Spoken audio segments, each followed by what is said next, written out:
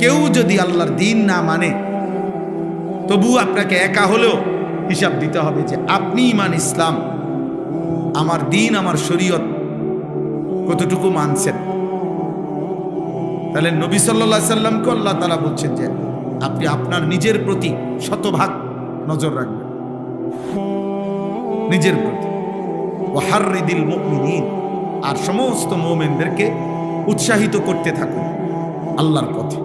বাকি নিজের ব্যাপারে ঈমান, আমল, হালাল হারাম, আদেশ নিষেধ, আল্লাহর হুকুমের ব্যাপারে এক জাররা পরিমাণও কোনো রকমের অবহেলা করবেন।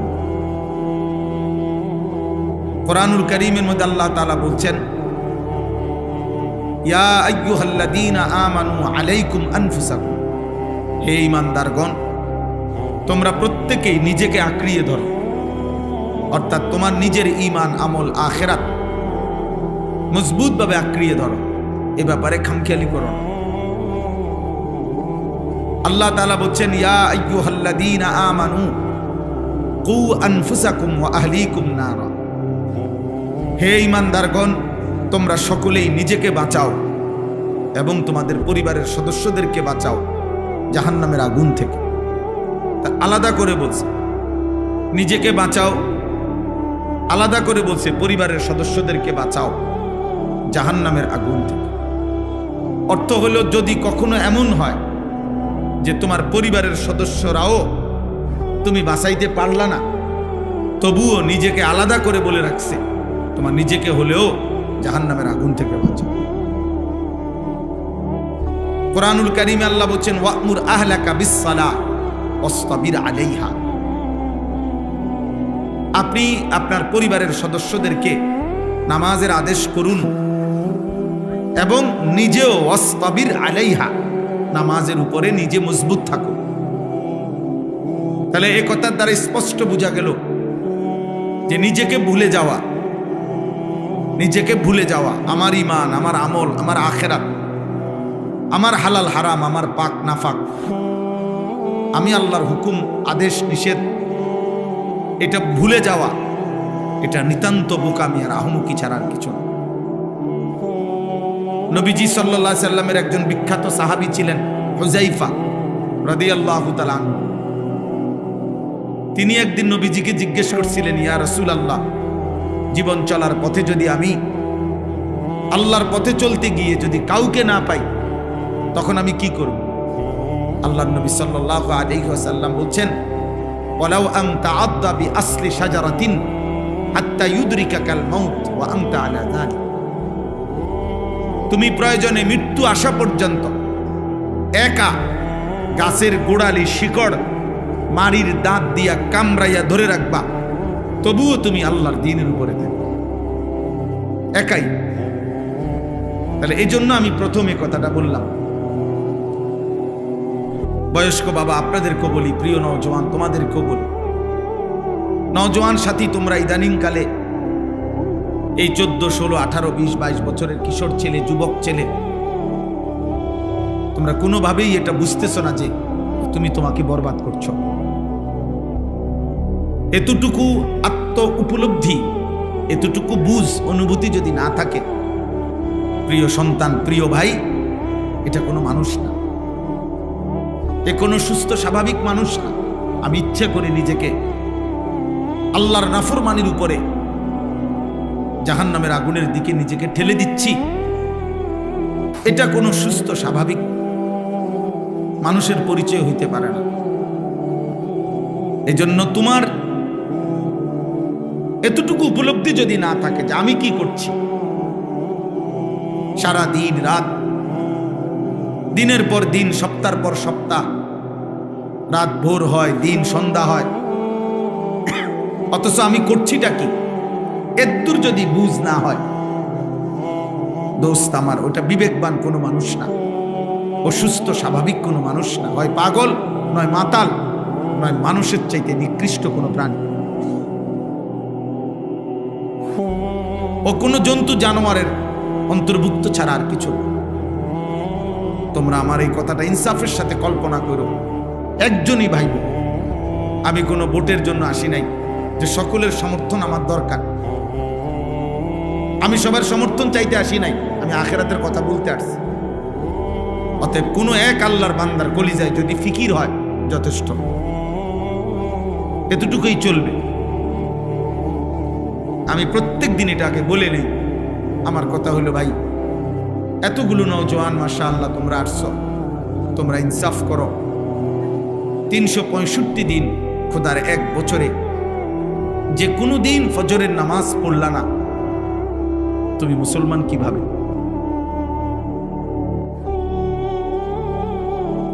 আমি কেমনে বুঝতাম যে তোমার কোনো আল্লাহ আছে? আমি কিভাবে বুঝবো তোমার কোনো নবী আছে? এটা কেমনে প্রমাণিত হবে তোমার কোনো ধর্ম আছে? এটা কিভাবে প্রমাণিত হবে তোমার কোনো কিতাব আছে? তুমি মুসলিম সম্প্রদায়ের অন্তর্ভুক্ত। 365 দিনে কোনো দিন মনে পড়লো না, কেউ তোমারে মনে করাইলো না যে মুসলমানের উপরে ফজরের নামাজ ফরজ। আমার বাড়ির একজন চাচা, মানে আমার বাবার চাচাতো ভাই, আজকে সকালবেলা ফজরের নামাজের জন্য উঠছে। ফজরের নামাজের উইঠা অজু করতে বসছে, ঘুরাইয়া পড়ছে। ফজরের নামাজের জামাতের আগ মুহূর্তে ইন্তেকাল করছে। দোস্ত আমার, প্রতিটা রাত তোমার জন্য আমার জন্য ভোর হবে এর কোনো নিশ্চয়তা নেই, এর কোনো নিশ্চয়তা নাই। প্রতিদিন এভাবে পৃথিবী থেকে রাতের অন্ধকারে মানুষ মৃত্যু হয়, দিনের আলোতে মানুষের মৃত্যু। এই রাত অসংখ্য ব্যক্তির জন্য আগামীকালকের ভোর আনবে না। আগামীকালকের দিন অসংখ্য ব্যক্তির জন্য রাত আনবে না, রাত আনবে না। আমার ছোট ভাই আমার গ্রামের মসজিদের জুমার নামাজ পড়ায়। ও বলল যে ভাই, আমি শুক্রবার দিনে ওনার সাথে কথা বলছি, খোঁজ খবর নিছি, আজকে রবিবার সকাল। তাইলে আমি এটা বুঝাইতে চাইলাম, আরবিতে একটা বিখ্যাত কিতাব আছে লাতাইফুল মাআরিফ, ইবনু রজব হাম্বলি রাহমাতুল্লাহর কিতাব। উনি সেখানে লিখছেন, প্রত্যেকটা রাত সন্ধ্যা পৃথিবীবাসীকে ডাক দিয়ে বলে, হে পৃথিবীবাসী, আমি একবারের জন্যই এসেছি, আমি আর কোনোদিন আসবো না, তুমি আমারে কদর করো, নষ্ট করো না। প্রতিটা ভোর জগৎবাসীকে ডাক দিয়ে বলে, হে জগৎবাসী, আমি একবারের জন্যই এসেছি, আমি আর আসবো না, আমারে কদর করো, নষ্ট করো। 16 নভেম্বর 2025 রোজ রবিবার। খোদার কসম বন্ধু, পৃথিবীতে এই শিরোনাম আর কোনো দিন হবে না। ইসরাফিলের ফু পর্যন্ত আর এই শিরোনাম হবে না। আগামী রবিবার হবে, কিন্তু সেটা 16 নভেম্বর না। আগামী বছর 16 নভেম্বর হবে, কিন্তু সেটা 2025 না, 2026। তার মানে হুবহু এই শিরোনাম আর হবে না, এই রাত আর হবে না। আজকের মাগরিবের ওয়াক্ত আর কোনোদিন হবে না। আগামীকালকের মাগরিবটা আগামীকালকের মাগরিবের ওয়াক্ত। আজকের এশার ওয়াক্ত আর কোনোদিন হবে না। আজকের জোহরের ওয়াক্ত আর কোনোদিন হবে না। সারা দিনে এক ওয়াক্ত নামাজ যারা পড়লা না, সারা দিন তুমি মুসলমানের ঘরে জন্ম নিছো। তোমার মতো নিকৃষ্ট নাফরমান মুসলমান, মুসলমান এত বড় অসভ্য হয় যে 24 ঘন্টায় একবারও তার রবের সামনে যার কপাল সেজদা দেয় না, তার চাইতে নিকৃষ্ট গাদ্দার আসমানের নিচে জমিনের উপরে আর কেউ নাই। বেনামাজি তোর চাইতে নিকৃষ্ট গাদ্দার, অসভ্য, বেয়াদব আসমানের নিচে জমিনের উপর আর কেউ নাই। ভোরের কুত্তা তোকে দেখে লজ্জা পায়, সকালের কুত্তা, ভোরের কুত্তা আল্লাহকে বলে, আল্লাহ প্রথম নজর যেন কোনো বেনামাজির উপরে না পড়ে। কুত্তা তোরে দেখে লজ্জা পায়, কুত্তা। সমবয়সী কিছু অসৎ দুষ্ট, তোমার সমবয়সী কিছু চরিত্রহীন সারা বাস্তব তোমরা দেখো, যারা মোবাইল, নারী, ছবি আর এই চুলের এই বেহুদা মুশরিকের ফ্যাশন নিয়ে ঘুরো, তোমার সামান্য কিছু বন্ধু সমবয়সী ছাড়া খোদার কসম এই কায়নাতের কোনো কেউ তোমার দিকে তাকায় না। এই পৃথিবীর কোনো মানুষ, কোনো মানুষ বিবেকবান তোমার মতো লম্পটের দিকে, চরিত্রহীনের দিকে, নারী, ছবি আর জিনার ব্যভিচারের দৃশ্য রাতভর উলঙ্গ ছবি নিয়ে যে পড়েছিলা, সকাল 8টা বাজে 9টা বাজে যেই জানোয়ার ঘুম থেকে উঠলা, তোমার দিকে ওই বাস্তব জানোয়ার যেটা কুত্তা, ওইটাও দেখেন। যদি ইনসাফ থাকে তো তুমি দেখো, তুমি চলো আমার লগে, আমার সাথে তুমি চলো কালকের মাহফিলে, দেখো তোমার সাথে আগায় আসে কয়জন, নামাজের দিকে আগায় আসে কয়জন। আও, কেউ তোমার দিকে ফিরে থুতুও ফেলবে না, থুতু।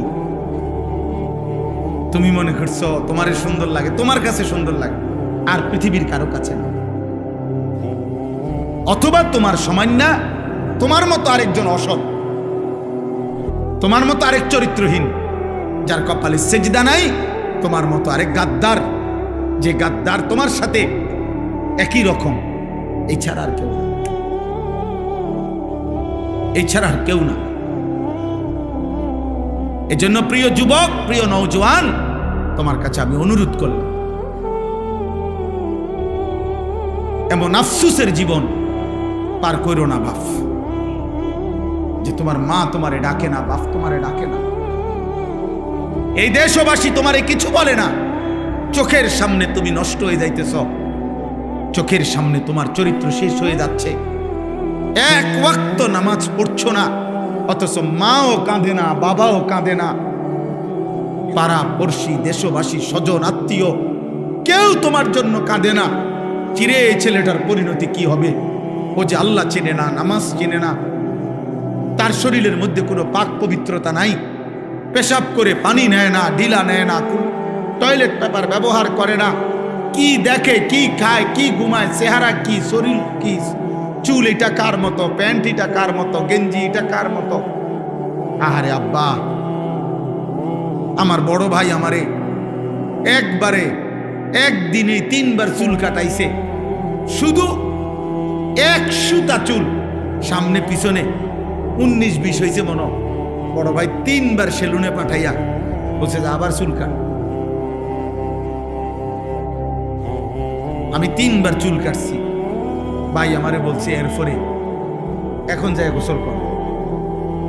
আমার পুরা জীবনে, আমার এই 44 বছরের জীবনে আমি একবার কেবল একটা 4টা ফুলওয়ালা রঙিন সাদা টুপির মধ্যে 4টা ফুলওয়ালা একটা টুপি পরছিলাম।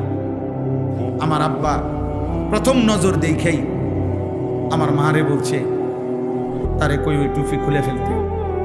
আমি জীবনে কোনোদিন সাদা টুপি ছাড়া অন্য কোনো টুপি পরি নাই, আমার সন্তানও যেন সাদা টুপি ছাড়া অন্য কোনো টুপি না। আমি এশার নামাজের আগে আগে খুলে ফেলছি, আর কোনোদিন পড়ি না।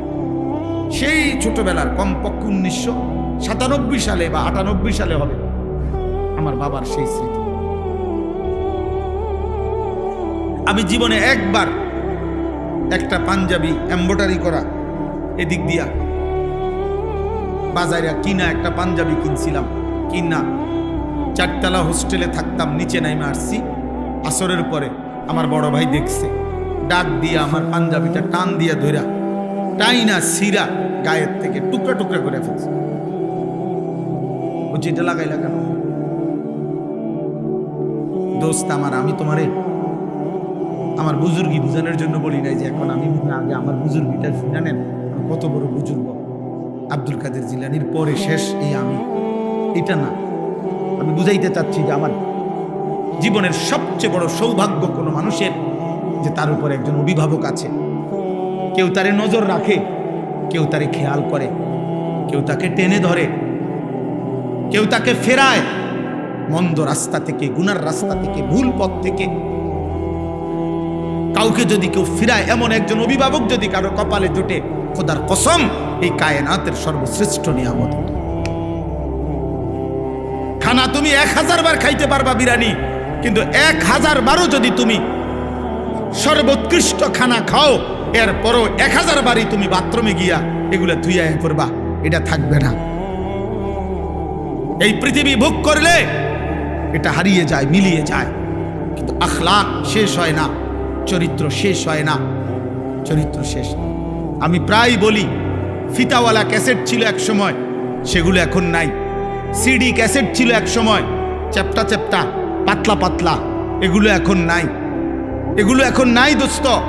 এরকম বহু প্রযুক্তি আগে ছিল, সেগুলো এখন নাই, ওইগুলো তো হারিয়ে গেছে। কিন্তু ওইগুলোর মাধ্যমে ওই ফিতাওয়ালা ক্যাসেটে যত গান ছিল, যত নারীর গান ছিল, ভিডিও ক্যাসেটের মধ্যে যত নর্তকীর নাচ ছিল, ওই নাফরমান পুরুষ আর নারী যদি তওবা করে না থাকে, তাহলে গুনাহ কিন্তু কোনো দিন মুছবে না। হাসরের ময়দানে বাম কাদের ফেরেশতা আমল নামার মধ্যে ওগুলো লেখা দেখাবে। হতে পারে তোমার 25,000 টাকা দামের মোবাইল হারায় যাবে, হতে পারে ফেসবুক থাকবে না, হতে পারে ইউটিউব থাকবে না, কিন্তু রাত জেগে জেগে যে গুনাহ করছো, নারী দেখছো, ছবি দেখছো, উলঙ্গ নাচ দেখছো, খোদার কসম দোস্ত, বাম কাঁধে ফেরেশতা এগুলো লিখছে, আর এগুলো তো মুছবে না। তওবা না করলে, আল্লাহ মাফ না করলে এগুলো তো মুছবে না। হাসরের ময়দানে ওয়ালাদাইনা কিতাবুন ইয়ানতিকু বিল হক ওয়া হুম লা ইউজলামুন, আল্লাহ বলে হাসরের ময়দানে আমার সামনে তোমার আমল নামার খাতা, আমল নামার বই, ইয়ানতিকু, তোমার আমল নামার বই অটোমেটিক কথা বলবে, তোমার পৃষ্ঠা আমি আল্লাহর সামনে কথা বলবে, কোনো জুলুম করা হবে না।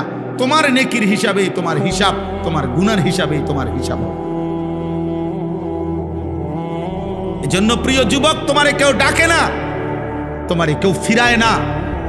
তোমার নারী, ছবি, মোবাইল, গান, বাদ্য, নৃত্য, অশ্লীলতা, বেহায়াপনা, চুল, চেহারা মুশরিকের মতো কেউ তোমারে ডাকে না, বলে না, কিছু বলে না। খোদার কসম, এটারে তুমি সফলতা মনে করো না। এটা তোমার জীবনের সবচেয়ে বড় লাঞ্ছনা, এটা তোমার জীবনের বড় ব্যর্থতা। তোমার কোনো অভিভাবক নেই, তোমার জীবনের বড় আফসোস। তুমি মুসলমানের ঘরে জন্ম নিয়া তোমার সেজদার কথা কেউ বলে না। এর চাইতে নিকৃষ্ট জীবন আর কি হইতে পারে? এর চাইতে নিকৃষ্ট, এর চাইতে বদনসিব আর কি হইতে পারে? তুমি ভাবো ভাই, আমি ভাবো, বাবারা সবাই ভাবেন, আল্লাহ তাআলা এই হাত, এই কান, এই নাক, এই কান, এই চোখ, এই জিহ্বা, এই ঠোঁট, এই পা, শরীরের সব অঙ্গ দিয়ে দুনিয়াবি উপার্জন মানুষ করে, কোনো না কোনো কামাই রোজগারি করে মানুষ, দুনিয়াবি উপার্জনের কাজে লাগে। কিন্তু খেয়াল করলে দেখবেন মানুষের এই কপাল, এইটা পৃথিবীর উপার্জনের কোনো কাজে লাগে না। এই কপাল দিয়ে কেউ কিছু ধরে না, কেউ ঠেলা দেয় না, কেউ টাইনা আনে না, কপালের মধ্যে কিচ্ছু এগুলো কাজে লাগে না। ব্রেন খাটায়, হাত দিয়া ধরে, চোখ দিয়া দেখে, কান দিয়া শুনে, জিহ্বা দিয়া স্বাদ নেয়, নাক দিয়া গন্ধ শুকে, পাও দিয়া হেঁটে যায়, অন্তর দিয়া ভাবতে থাকে, কিন্তু কপাল দিয়া তেমন দুনিয়াবি উপার্জনের কোনো কাজ করে না। তাহলে কপাল এটা আল্লাহ কেন দিলেন? কপাল এটা দিয়া বাহ্যিক পৃথিবীর কোনো কাজ হয় না, অথচ আল্লাহ এই কপাল কেন দিলেন? খোদার কসম, আল্লাহ বলছে, বান্দা সারা অঙ্গ দিয়ে তুমি দুনিয়া সাজাও, কপাল শুধুই আমি আল্লাহ সেজদার জন্য বানাইছি। কপাল শুধুই সেজদা দিবা, সেজদা। এজন্য কপালকে আল্লাহ বানাইছেনই সেজদার জন্য। এজন্য সেজদা কাকে বলে তুমি হুজুর জিগাও, তোমরা নওজওয়ান আলেমকে জিগাও, সেজদাই বলে কাকে? ওয়াদউল জাবহাতে আলাল আরদ, জমিনের উপরে কপাল রাখা, এটারে কয় সেজদা। সেজদা মানেই হলো কপাল রাখা। কোথায় বলে না, কোথায়? এজন্য দোস্ত এটা মনে রাখবা, ইবলিস শয়তান আল্লাহ হুকুমে সেজদা দেয় নাই, একটা সেজদা, একবার শুধু কপাল নামায় নাই। আল্লাহ বলছে ফখরুজ ফা ইন্নাকা রাজিম, কোরআন শরীফের আয়াত। আল্লাহ বলছে বের হ বেঈমান, বাইর হ, বাইর থেকে আজকের থেকে ফা ইন্নাকা রাজিম, ইবলিস আজকের থেকে তুই অভিশপ্ত, রাজিম।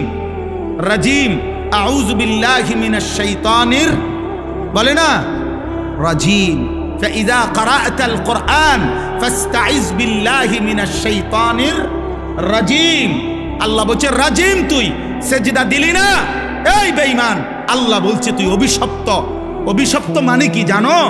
রাজিম মানে হলো এমন সত্তাকে বলে, এমন অস্তিত্বকে রাজিম বলে, এমন ব্যক্তিকে রাজিম বলে যে মূলত পাথর মারার উপযুক্ত, যাকে পাথর মারা উচিত, যাকে প্রতিনিয়ত পাথর মারা উচিত, এমন অভিশপ্ত ব্যক্তিকে বলে রাজিম। এজন্য ইসলামী শরীয়তের একটি বিধান, শরীয়তের একটা শাস্তি হলো কোনো পুরুষ বিবাহিত হয়ে যদি স্ত্রী ব্যতীত অন্য নারীর সাথে জিনা করে, কোনো বিবাহিত নারী যদি আপন স্বামী ব্যতীত অন্য পুরুষের সাথে জিনা করে, তাহলে শরীয়তে শাস্তি হলো তাকে রজম। রজম মানে পাথর মেরে হত্যা করা, তারে পাথর মাইরা হত্যা করো। আল্লাহ বলছে এই রজম যেই শব্দ তাফসিরে আছে, রাজিম ওই একই শব্দ। অর্থাৎ শয়তান এতটা অভিশপ্ত যে সে মূলত প্রতি সেকেন্ড পাথর মারার উপযুক্ত, তাকে পাথর মারা উচিত, পাথর মারা।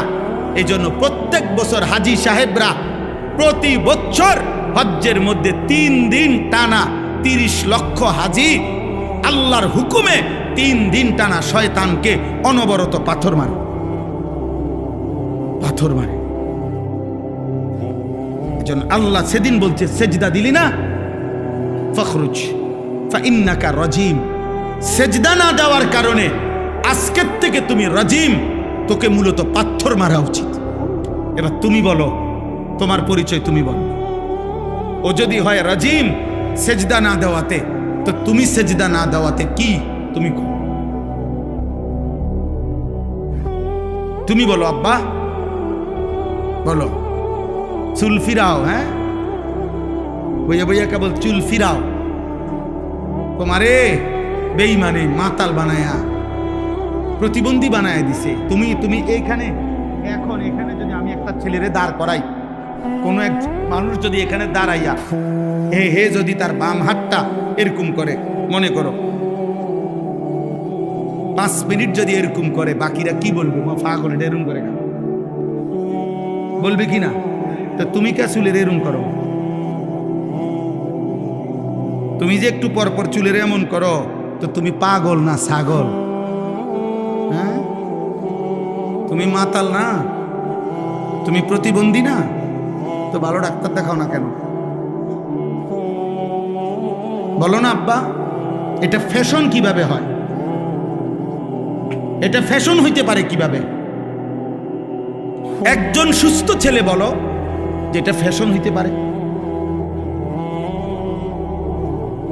এত বড় ফালতু কাজ ফ্যাশন হয় কি? এই জন্য আমি অনুরোধ করলাম, আজকে দুশ্মন আমার কথা, আমি এই 2টা আয়াতের তর্জমা বলতে চাই।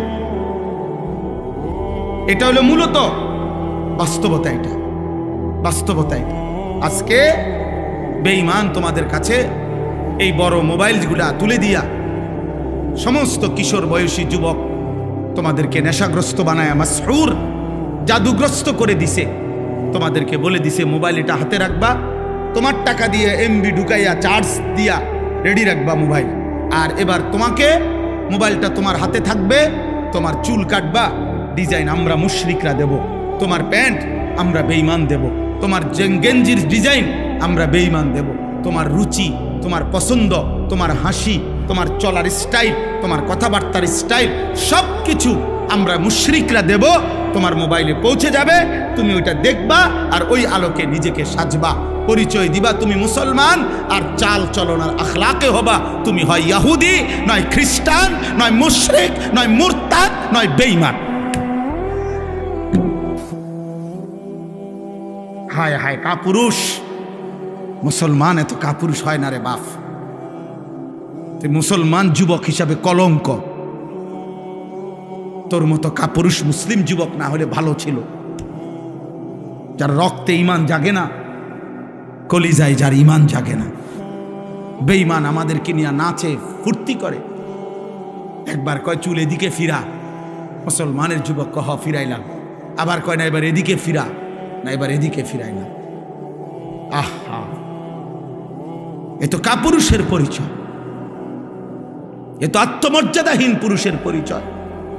এই জন্য এই বন্ধুর কথা যদি শুনো, এই ভাইয়ের কথা যদি মনে থাকে, আমি যদি কোনোদিন আর বলতে না পারি, আজই বললাম, এমন মুশরিকের চুল তোমরা রাখো না। এই চুল তোমাদের প্রমাণ করে তোমার কোনো বাপ নাই। হ্যাঁ হ্যাঁ, কারণ তোমার বাবার সাথে তোমার কোনো সম্পর্ক নাই। তোমার বাবার চুল এমন না, তোমার বাবার চলাফেরা এমন না। এই মুশরিকের চুল প্রমাণ করে তোমার কোনো আল্লাহ নাই, তোমার কোনো নবী নাই, তোমার কোনো ধর্ম নাই। তোমার ধর্মই তোমার মোবাইল, তোমার সব কিছু তোমার মোবাইল। আফারাআইতা মান ইত্তাখাযা ইলাহাহু হাওয়াহু, আল্লাহ কোরআনে বলছে, হে নবী আপনি দেখেন ওই নাফরমানদের যারা তাদের মনের ইচ্ছাকেই নিজের খোদা বানিয়ে ফেলেছে। কোরআন শরীফের আয়াত কি নাম? আফারাআইতা মান ইত্তাখাযা, যে তার নিজের হাওয়া, নিজের মনের চাহিদাকে নিজের খোদা বানিয়ে ফেলেছে। আল্লাহ বলছে, আমি তোরে ওয়াদা দিলাম, ওয়া আদাল্লাহুল্লাহু আলা ইলমিন, আমি তার ইচ্ছে করে, আমি আল্লাহই তাকে পথভ্রষ্ট করে দেব। মনের চাহিদার ধারাবাহিক অনুসরণ করিলে আল্লাহর ওয়াদা আছে। আল্লাহ বলছে, একদিন আমি তাকে এমন পথহারা করে দেব, আর কোনো দিন সে পথ পাবে, আর কোনো দিন না, আর কোনো দিন না। ওয়া খাতামা আলা সামঈহি ওয়া কলবি, আমি তার কানে এবং তার অন্তরে মোহর মেরে দেব। ওয়া জাআলা আলা বাসারিহি গিশাওয়া, আমি তার চোখের সামনে পর্দা ফেলে দেব। কানও বন্ধ, দিলও বন্ধ, চোখের সামনে পর্দা। ফামান ইয়াহদিহি মিন বাদিল্লাহ, আল্লাহ বলে, বন্ধু বলেন তো এবার এই নাফরমানকে আমি আল্লাহকে বাদ দিয়ে এবার হেদায়েত দিবে কে? আল্লাহ যদি কারো কান বন্ধ করে দেয়, চোখ বন্ধ করে দেয়, দিল বন্ধ করে দেয়, প্রিয় বন্ধু এবার হেদায়েত দিবে কে? এবার তোমারে বাঁচাবে কে? এবার আলোর পথ দেখাবে কে?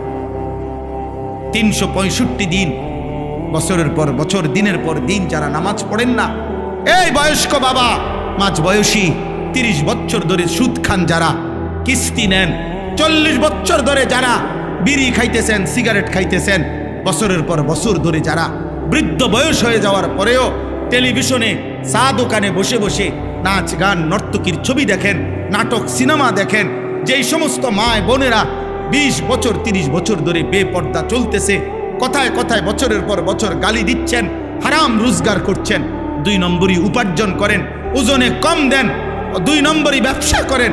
এই নাফরমান যদি আল্লাহর কোনোদিন না ফিরায়, আল্লাহ যদি সিদ্ধান্ত নেয় যে ঠিক আছে নাফরমান, ভাত খা, ঘুম যা, পেশাব কর, যৌন চাহিদা পূরণ কর, বাচ্চাও হইব, ঘুমও আসবে, ভাতও খাইতে পারবা, বিল্ডিং দালানো হবে, কিন্তু আখিরাত আর দেব না, জান্নাত আর দেব না, কি হবে সেদিন?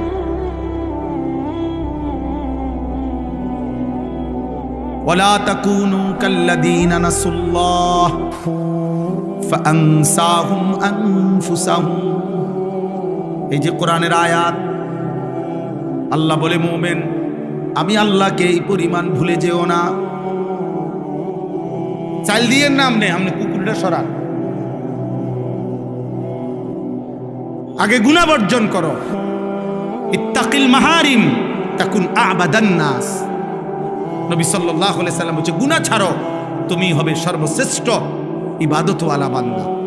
নবীজি বলছে, ফাত্তাকুদ দুনিয়া ওয়াত্তাকুন নিসা, দুনিয়ার ধোঁকা থেকে বাঁচো, নারীর ধোঁকা থেকে বাঁচো, নারীর ধোঁকা থেকে বাঁচো। আল্লাহ নবী সাল্লাল্লাহু আলাইহি সাল্লাম বলছেন, আল্লাহ কোরআনে বলছেন, ওয়াজারু যাহিরাল ইসমি ওয়া বাতিনা, হে আমার বান্দা প্রকাশ্য গোপন সব গুনাহ থেকে বাঁচো, ছেড়ে দাও। ওয়ালা তাকরাবুল ফাওয়াহিশা মা যাহারা মিনহা ওয়া মা বাতান, আল্লাহ বলছে বান্দা প্রকাশ্য গোপন কোনো অশ্লীলতা বেহায়াপনার কাছেও যেও না। আল্লাহ বলছে ওয়ালা তাকরাবুজ জিনা, আমার বান্দা জিনা ব্যভিচারের কাছেও যেও না, ইন্নাহু কানা ফাহিশা, এটা খুব বেশি খারাপ কাজ। এই যুবক, নারীর এই অসভ্য প্রীতি, নারীর এই আকর্ষণ, এই মোবাইল, নারীর ছবি, অশ্লীল দৃশ্য, হারাম এই ছবি, খোদার কসম এটা ছবি না, মোবাইলের ওইটা নারী না, মোবাইলের ওইটা নারীর ছবিও না, এটা নারীর ছবির ছায়া। মোবাইলের ওইটা নর্তকী না, ওইটা নর্তকীর ছবিও না, নর্তকীর ছবির ছায়া। ছায়ার সাথে প্রেম হয় না, ছায়ার সাথে ভালোবাসা হয় না, ছায়ার সাথে রাত কাটায় না, ছায়ার সাথে জীবন নষ্ট করে না কোনো বেউকুফ বোকা মূর্খ ছাড়া আর কারো জন্য এটা সাজে না। এজন্য মোবাইলের এটা ছায়া, ছায়া, এটা নারী না। সিনেমা নাটকের এটা ছায়া, এটা নারী না। ছবি ও না, এটা ছায়া, এটা ছায়া। তো আল্লাহ তাআলা এই আয়াতের মধ্যে সূরা লোকমানের এই দুইটা আয়াত, এবার আমি সংক্ষেপে এটা বললেই আমার কথা শেষ হয়ে যাবে।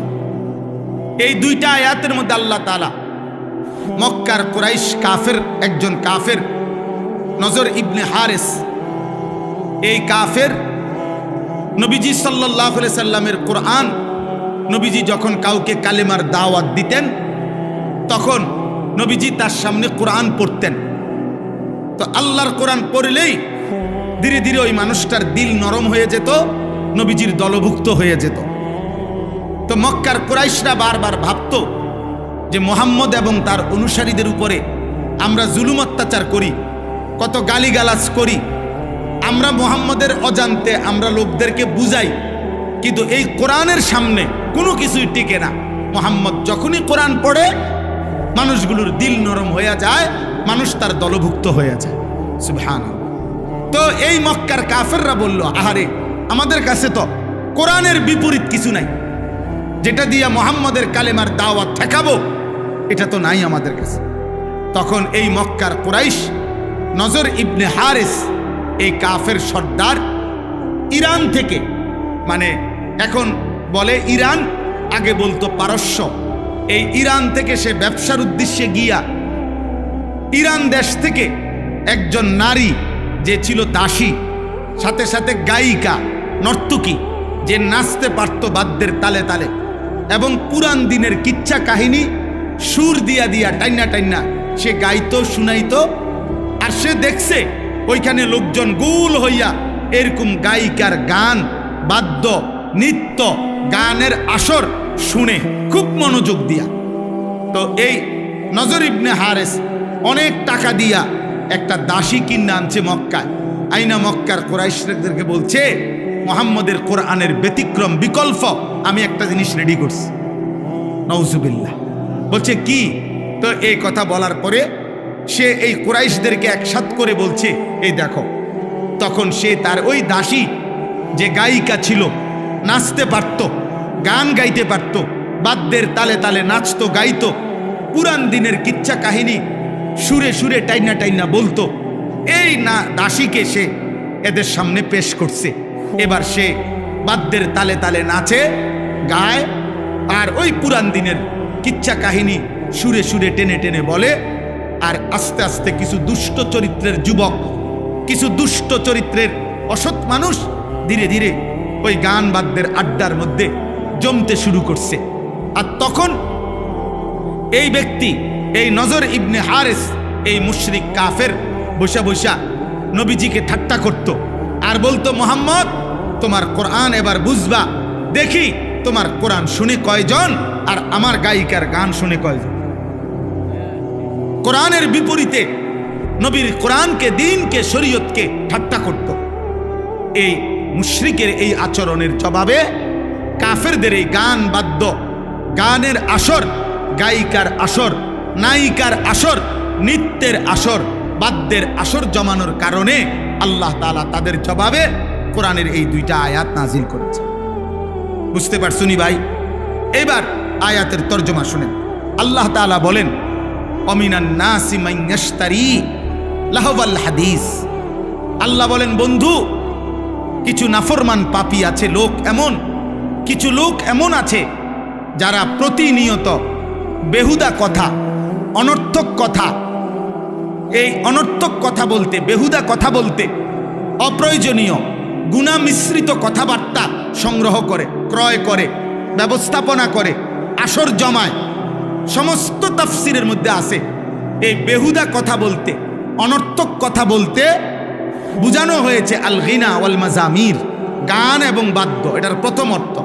আরো অতিরিক্ত অর্থ হইল ক্রীড়া, কৌতুক, হাসি, ঠাট্টা, বেহুদা এই নাটক, নভেল, অবসর বিনোদনে হাস্যরসিকতা করে অর্থহীন অপ্রয়োজনীয় যত কথা, এগুলোকেও বলা হয় লাহওয়াল হাদিস। তবে প্রথম অর্থ হইল গান বাদ্য। আল্লাহ তাআলা বলেন, এই যারা প্রতিনিয়ত গান বাদ্য সংগ্রহ করে, ব্যবস্থাপনা করে, কেন? লিউদিল্লা আন সাবিলিল্লাহি বিগাইরি ইলমিন, অজ্ঞতাবশত, মূর্খতাবশত আমি আল্লাহর পথ থেকে আমার বান্দাদেরকে পথভ্রষ্ট করার জন্য। অর্থাৎ দুইটা বিষয়, এক হইল নিজেকে মনে করে জ্ঞানী, আসলে এই গান বাদ্য আর গুনায় আসক্ত ব্যক্তি মূর্খ। আর দ্বিতীয়ত হইল ওদের ইচ্ছা আমি আল্লাহর পথ থেকে আমার বান্দাদেরকে দূরে সরায় দিবে, কোরআন থেকে দূরে সরায় দিবে, দাওয়াত থেকে দূরে সরায় দিবে, ইসলাম থেকে দূরে সরায় দিবে। ওয়াত্তাখিজাহা হুজুয়া, এবং আমার কোরআন, আমার দিন, আমার বন্ধুর দাওয়াত, আমার এই শরীয়তকে ঠাট্টা করে, মজাক করে। আল্লাহ বলেন, বন্ধু আমি স্পষ্ট জানিয়ে দিলাম, উলাইকা লাহুম আযাবুম মুহিন। আমি আল্লাহ বললাম, আমি আল্লাহ এই নিকৃষ্ট গান বাদ্য, গায়িকা, নায়িকা, গানের আসর, নৃত্যের আসর যারা জমায়, ব্যবস্থাপনা করে, ইন্তেজাম করে, এই আসরে পড়ে থাকে, এই ব্যবস্থাপনায় যারা থাকে, আল্লাহ বলছে আমি তাদের জন্য অপমানকর, লজ্জাকর, নিকৃষ্ট আযাব দেব, এটা ওয়াদা দিলাম, ওয়াদা দিলাম। আল্লাহ বলেন এই গান আর বাদ্যের নিকৃষ্ট পরিণতি। দোস্ত, এই দ্বিতীয় আয়াতের তরজমাও একসাথে শোনো, এরপরে আর 2 মিনিট কথা বললে শেষ হয়ে যাবে। আল্লাহ বলেন, কোন ব্যক্তি যখন গানে, বাদ্যে, গায়িকায়, নায়িকায়, এই গানের ছবি, নৃত্যের আসর, এগুলোতে যখন মগ্ন হয়ে পড়ে, মনোযোগ দিয়ে দেয়, ব্যস্ত হয়ে যায়, খোদার কসম দোস্ত, আল্লাহ তখন বলে, ওয়া ইজা তুতলা আলাইহি আয়াতুনা, এমন নাফরমানের সামনে যখন আমার কোরআন পড়া হয়, ওয়াল্লা মুস্তাকবিরান, সে তখন অহংকার করে মুখ ফিরায়, এরকম মুখ ফিরায়, আর এমন একটা ভাব নেয় কাআন লাম ইয়াসমাআহা, যেন সে আমার কোরআন শুনতেই পায় না। কাআন্না ফি উযুনাইহি ওয়াকরা, অথবা এমন একটা ভাব নেয় যেন সে আগের থেকেই কানেই শুনে না, বধির। বধির মানে আমার কোরআন, আমার আওয়াজ, আমি আল্লাহর কালাম, আমার শব্দ, আমার কথা তার কানেই পড়ে না, কানেই পড়ে না। এ পরিমাণ গানে অভ্যস্ত, বাদ্যে অভ্যস্ত, নৃত্যে অভ্যস্ত, নায়িকায় অভ্যস্ত, হারাম ছবিতে অভ্যস্ত, যে আমার কথা আর তার কানেই পড়ে না। ফাবাশশিরহু বিআযাবিন আলীম, আল্লাহ বলে, বন্ধু এই সমস্ত নাফরমানদেরকেও অত্যন্ত মর্মান্তিক, নিকৃষ্ট, ভয়ানক আযাবের সুসংবাদ দেন। এটা বিদ্রুপ করে আল্লাহ বলছে যে বন্ধু ওরে সুসংবাদ দেন যে তোমারে টাঙ্গাইয়া ফিরবে, আপনার জন্য সুসংবাদ। আপনি অপেক্ষা করেন, গান শুনতে থাকেন, নারী দেখতে থাকেন, ছবি দেখতে থাকেন, নাটক দেখতে থাকেন, সিনেমা দেখতে থাকেন, নর্তকীর নাচ দেখতে থাকেন, বাদ্যযন্ত্রের তালে তালে নাচতে থাকেন, মজা মারতে থাকেন। আল্লাহ ওয়াদা দিছে, ওরে বলে দিন শুধু আপনার জন্য একটি সুসংবাদ অপেক্ষা করছে, আপনাকে আল্লাহ সর্বোচ্চ পরিমাণের শাস্তি দেবে। আল্লাহ বলছে, বান্দা তুমি জানো না আমি রহমান, এটা তুমি শুনছো না, আমি রাহিম, আমি গাফফার, আমি গাফুর। কিন্তু বান্দা মনে রেখো, আমি শুধু রহমান আর রাহিম না, আমি কিন্তু জব্বার, আমি কাহ্হার, আমি আজিজ, আমি যুনতিকাম। আমি যেমন দয়াবান তেমন আমি প্রতিশোধ গ্রহণকারী, আমি শাদীদুল ইকাব, কঠিন শাস্তিদাতা, আমি সারিউল হিসাব, দ্রুত হিসাব গ্রহণকারী। আমি ছাড়ব না, আমি ছাড়ব না। বন্ধু আমার, নওজোয়ান সাথী, আমি তোমাদের জন্য বলছি, প্রিয় ভাই আমার, এবার শেষ কথা শোনো। কোরআনুল কারীমের এই আয়াতের মাধ্যমে এ কথা স্পষ্ট প্রমাণ হলো, একজন মানুষের জন্য, মুমিনের জন্য, কোন ইমানদারের জন্য গান, বাদ্য, গায়িকা, নায়িকা, গানের আসর, নৃত্যের আসর, গান বাদ্যের আয়োজন, এই নাটক, সিনেমা, ক্রীড়া, কৌতুক, হাসি, ঠাট্টা, ফালতু বিনোদন, বেহুদা সময় কাটানোর হারাম, সম্পূর্ণ হারাম, নিষেধ। আমার ভাই, তুমি বলো এবার এই বড় মোবাইল দিয়ে দিবানিশি তোমরা কি করছো? তোমরা কি করছো? 16 বছরের 14 বছরের, হ্যাঁ জরুরি কথা বলছেন, জরুরি কথা বলছেন। আজকে লক্ষ লক্ষ যুবক অনলাইনে মোবাইলে জুয়া খেলে। জুয়া, হায় জুয়ারি, হায় নেশাখোর, নারী লোভী, এই মোবাইলের আসক্ত যুবক। একটা কথা মনে রাখো, এই পৃথিবীতে মানুষ পাপীকে মানুষ নামে ডাকে না, পাপের নামে ডাকে। আবার বললাম, আবার শোনো আমার এই কথা, মানুষ পাপীকে মানুষ নামে ডাকে না, পাপের নামে ডাকে। কোনো সুদখুরকে মানুষ মানুষ বলে না, সুদখুর বলে সুদখুর। কোনো ঘুষখুরকে মানুষ মানুষ বলে না, ঘুষখুরকে বলে। কোনো নেশাখোর তারে মানুষ আর মানুষ বলে না, তারে বলে মদখোর, নেশাখোর, গাঁজাখোর, ফুট্টাখোর, বাবাখোর, ডাইলখোর, ইয়াবাখোর, হারামখোর, হারামখোর। অতএব জুয়ারিকে, এই নাফরমান, পৃথিবীবাসী তোকে জুয়ারি বলবে, জুয়ারি। তোরে আর কোনোদিন মানুষ বলবে না। তোর 100 বছর পরে, 100 বছর পরে তোর নাতিরে মানুষ বলবে, সর, তোর দাদা ছিল জুয়ারি, তোর দাদা ছিল নেশাখোর, তোর দাদা ছিল সুদখোর। বেটা জ্বালাইয়া কইলা করে লাইছে গেরাম সুদ খাইয়া, সর তুই এনতে বেটা। শুধু তুমি না, তুমি তোমার আগামী জেনারেশনকেও কলঙ্কিত করে গেলা, লজ্জিত করে গেলা, লজ্জিত অপমানিত করে গেলা। তুমি তোমার প্রজন্মকেও শেষ করে দিলা, তুমি তোমার ফ্যামিলিকেও শেষ করে দিলা, ফ্যামিলিকেও শেষ। এই জন্য আমি অনুরোধ করছি, আজকের থেকে তোমরা নওজোয়ান ভাই, তোমরা ফিকির করো। মোবাইল প্রয়োজন থাকতে পারে কারো, প্রয়োজনকে প্রয়োজনের মধ্যে সীমাবদ্ধ রাখো। যেখানে অফিসের কাজ, ব্যবসার কাজ, চাকরির কাজ, পড়ালেখার কোনো কাজ, ঠিক আছে দোস্ত, প্রয়োজন তো প্রয়োজনই। মোবাইল ধরা কেউ হারাম বলে নাই। মোবাইলের হারাম ছবি, হারাম গান, হারাম দৃশ্য, হারাম নারী, সেটা হারাম বলছে। বড় মোবাইল এমনি হাত দিয়ে ধরা হারাম, সেটা না। তুমি নিয়ন্ত্রণ করো নিজের, আখলাকের হেফাজত করো। চরিত্রের সৌন্দর্য, প্রকৃত সৌন্দর্য, চরিত্রের পবিত্রতা, এটাই মূলত ভদ্রতা। আল্লাহর নবী সাল্লাল্লাহু আলাইহি সাল্লাম বলছে, শেষ জামানায় আমার উম্মতের উপরে 3টা বড় আযাব আসবে। তাদেরকে জমিনে ধসাইয়া দেওয়া হবে, পাথরের বৃষ্টি বর্ষণ করা হবে, আর চেহারা বিকৃত করে দেওয়া হবে। আল্লাহর নবীকে সাহাবীরা বলছে, কখন ইয়া রাসূলুল্লাহ? নবীজি বলছেন, ইজা জাহারাতিল কাইনাত, যখন গায়িকা বেড়ে যাবে, ওয়াল মাআজিফ, বাদ্যযন্ত্র বেড়ে যাবে, ওয়াস্তাহাল্লাতিল খামরা, মানুষ পানির মতো, এরকম পানির মতো হালাল মনে করে মদ পান করতে থাকে। নবীজি বলছে, তখন হয়তো কাউকে জমিনে ধসাইয়া দেওয়া হবে, কারো উপরে পাথরের বৃষ্টি বর্ষণ হবে, কারো চেহারা বিকৃত হয়ে যাবে। হতে পারে যুবক, এমন কোনো দিন যে সারা দিনে 5 ওয়াক্ত নামাজ পড়ো নাই, আর সারা দিন সারা রাত মোবাইলে নারী ছবি, উলঙ্গ দৃশ্য, গান বাদ্য, জিনা ব্যভিচার, মদ জুয়ার আড্ডায় পড়েছিলা, এভাবে রাত 3টায় ঘুমায় গেলা। হতে পারে যদি কোনোদিন কল্পনা করো তো, যদি কোনোদিন ঘুম থেকে উঠে দেখো তোমার চেহারা হয়ে গেছে শূকরের মতো, কুত্তার মতো, বাঁদরের মতো, হতে পারে না? কথা বলে না? নবী সাল্লাল্লাহু আলাইহি সাল্লামের 1450 বছরের কোনো কথা ভুল প্রমাণিত হয় না। এই পৃথিবীতে বনি ইসরাইলের পূর্ববর্তী জাতির নাফরমান মানুষকে আল্লাহ তাআলা চেহারা বিকৃত করে পশুর আকৃতি, বাঁদরের আকৃতি বানায় দিছেন, একথা কোরআনে আছে। একথা কোরআনে আছে যুবক। 14 বছর, 16 বছরের, 18 বছরের অসংখ্য ছেলে আছো তোমরা এমন, গুনাহ করতে করতে, নারী দেখতে দেখতে, গান শুনতে শুনতে, জুয়া খেলতে খেলতে, হারাম করতে করতে তোমাদের চেহারা ভিতরে ঢুকিয়া গেছে, সাফার কোডি ভিতরে ঢুকিয়া গেছে। এত কম বয়সী ছেলে আরেকটু ফিটফাট, আরেকটু সুন্দর, আরেকটু মায়াময়, আরেকটু নাদুস নুদুস দেখা যাওয়ার কথা ছিল, কিন্তু গুনাহ তোমার শরীর নষ্ট করে দিছে। তুমি ইনসাফের সাথে দেখো। অতএব আজকে তোমাদের কাছে অনুরোধ করলাম, তোমরা গান বাদ্য, মোবাইলের আসক্তি ছেড়ে দাও, ছেড়ে দাও বাপ। হযরত আবু বকর সিদ্দিক রাদিয়াল্লাহু তাআলা আনহু বলছেন, আল গিনা মাজামিরুশ শাইতান, গান হচ্ছে শয়তানের বাদ্য।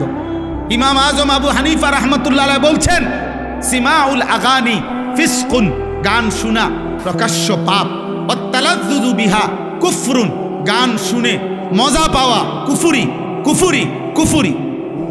গান শুনে মজা, এই যে গান শুনে, এরপরে এই যে এমন তাল মারে না এমন, এরপরে ডোলে, এরপরে হাত বাড়ি দেয়, পাও বাড়ি দেয়, এরপরে গায়িকা নর্তকীর গায়ে টাকা দেয়, টাকা ছাড়ে। হ্যাঁ, মনে রাখবা ভাইয়া, যেখানেই বাদ্য বাজে সেটা যদি ধর্মের নামে গান হয়, ভক্তিমূলক গান হয়, পীরের নামে গান হয়, মাজারের নামে গান হয়, আর অন্য সিনেমার নামে গান হয়, একই রকম হারাম, একই রকম হারাম, একই রকম হারাম। এটা যেখানেই বাদ্য সেখানেই হারাম, সেখানেই হারাম। যেখানেই নারীর আড্ডা সেখানেই নেশার আড্ডা, সেখানেই গানের আড্ডা। তিন জিনিস এক ক্ষতি আনে, মদ, নারী আর গান। এই তিনটা এক ক্ষতি আনে, এক দাগে। যেখানে মদ আছে সেখানে নারী আছে, সেখানে গানও আছে। যেখানে গান আছে ওখানে নারীও আছে, নেশাও আছে। তিনটা কি এক ক্ষতি আনে, এক ক্ষতি, এক দাগে। এক ক্ষতি আনে তিন দাগ। এই তিন জিনিস বরাবর। অতএব কোনো নামে বাদ্য বাজানো যাবে না, কোনো নামে না, ভক্তির নামেও না, অভক্তির নামেও না। আল্লাহ আমাদেরকে হেফাজত করেন। প্রিয় যুবক ভাই, আমার শেষ অনুরোধ দোস্ত, তোমাদের কাছে নওজোয়ান অনুরোধ করছি, আমার শেষ দুইটা ওসিয়ত। 30 বছরের নিচে তোমাদের যাদের বয়স, তোমরা হাত তোলো, হাত উঠাও। 30-এর নিচে যাদের বয়স, দেখেন আপনি দোয়া করে দেন, আল্লাহ যেন করে কবুল করে। কোন মাশাআল্লাহ, মাশাআল্লাহ, মাশাআল্লাহ। হাত নামাও, হাত নামাও। আমার দুইটা ওসিয়ত নওজোয়ান আমি বন্ধু তোমাদের কাছে পেশ করলাম। ভালোবেসে আসছো, মহব্বত করে আসছো দোস্ত। আমার দুইটা ওসিয়ত। 1 নাম্বার, চোখের হেফাজত করো। নারী দেখো না, ছবি দেখো না, গান শুনো না, অশ্লীল দৃশ্য দেখো না। আব্বা, যে নারীর চাহিদা আল্লাহ বিবাহিত পবিত্র হালাল স্ত্রীর মাধ্যমে পূরণ করে দেবে ইনশাআল্লাহ। ওয়েট ওয়েট ওয়েট, অপেক্ষা করো, পূরণ হবে ইনশাআল্লাহ।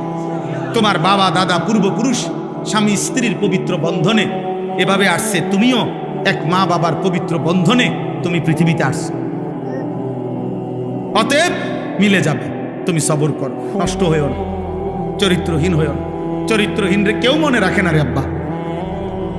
নষ্ট মানুষকে কেউ স্মরণ করে না, অসৎকে কেউ স্মরণ করে না, থুতু দেয়। আর 2 নাম্বার কথা হলো, ফজরের নামাজ জামাতের সাথে পড়ো। বলো, আমার একটা ছোট্ট মেহনত আছে, আমি সারা দেশব্যাপী একটা ছোট কাজ করি, সেটা হলো ফজর ক্যাম্পেইন। আমার শায়েখ আল্লামা মুফতি মুশতাকুন নবী কাসিমি, এটা হুজুরের দেওয়া আমানত আমার কাছে। হুজুর বলছেন এই কাজ করতে, ফজর ক্যাম্পেইনের কাজ করি। অর্থাৎ ফজরের নামাজের প্রচারণা, ফজরের মুসল্লি বৃদ্ধির চেষ্টা, এটা আমার একটা মেহনত। আমি অনেক দিন থেকে এই কাজটা করি। আমার শায়েখ এটা আমার দায়িত্ব দিছেন, করি। অর্থ হইল কি করবা, একজন যুবক শুধু সিদ্ধান্ত নিবা যে আমি ফজরের নামাজ পড়ব, আমার একজন বন্ধুকে ফজরের নামাজের জন্য উঠাবো। তোমরা হইবা 2 জন, তোমরা এবার আরো 2 জনকে বলবা, হবে 4 জন, তোমরা 4 জন আরো 4 জনকে বলবা, হবে 8 জন। এভাবে বাড়বে, ফজরের মুসল্লি বাড়বে। ফজরের মুসল্লি বাড়বে, মাহাদির সৈনিক বাড়বে। ফজরের মুসল্লি যারা, মাহাদির সৈনিক তারা। ফজরের মুসল্লি যারা, দাজ্জালের বিরুদ্ধে লড়বে তারা।